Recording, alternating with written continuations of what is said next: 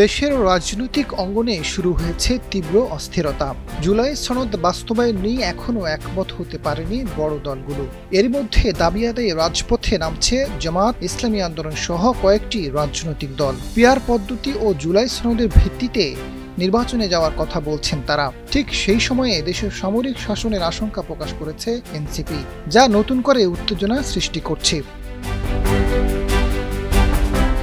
আগামী ফেব্রুয়ারির প্রথমার্ধে নির্বাচন আয়োজনের পরিকল্পনা করছে অন্তর্বর্তী সরকার। তবে জুলাই সনদের আইনি ভিত্তির বিষয়ে পৃথক অবস্থান নিয়েছে কয়েকটি দল। এই পরিস্থিতিতে নতুন চ্যালেঞ্জের মুখোমুখি সরকার। ফেব্রুয়ারিতে ভোটের কথা বারবার বললেও নির্বাচন ভণ্ডুলের ষড়যন্ত্রের কথাও বলা হচ্ছে। তাই ফেব্রুয়ারিতে নির্বাচন হবে কিনা অনেকের মনে শঙ্কা রয়েছে। বিশ্লেষকরা বলছেন, রাজনৈতিক দলগুলো নির্বাচনমুখী হলে সব ধরনের অনিশ্চয়তা কেটে যাবে।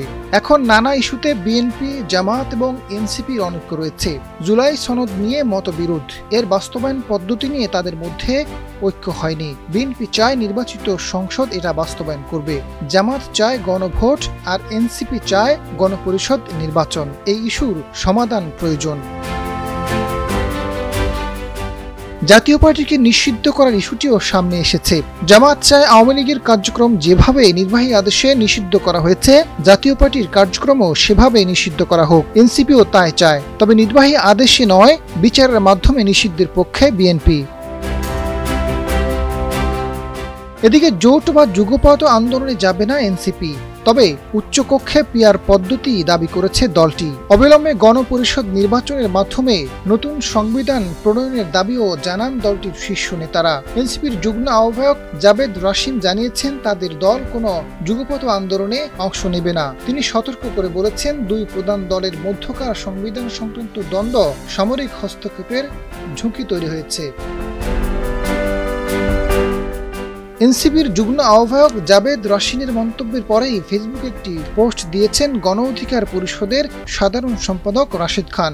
অন্তর্বর্তী সরকার ভেঙে যাওয়ার আশঙ্কা প্রকাশ করেন তিনি। গণ অভ্যুত্থানের শক্তিগুলো বিভক্ত হয়ে পড়েছে, যা ১/১১ পরিস্থিতির পুনরাবৃত্তি সম্ভাবনা তৈরি করছে। বিদেশি সংস্থাগুলো আন্দোলনকারী দলগুলোর ঐক্য নষ্ট করতে সক্রিয়ভাবে কাজ করছে।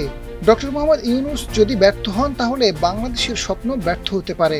সব রাজনৈতিক শক্তিকে ঐক্যবদ্ধভাবে অন্তর্বর্তী সরকারকে সহযোগিতা করার আহ্বান জানান রাশেদ। আজাদ ফারুক, ডেস্ক রিপোর্ট, সময়ের আলো।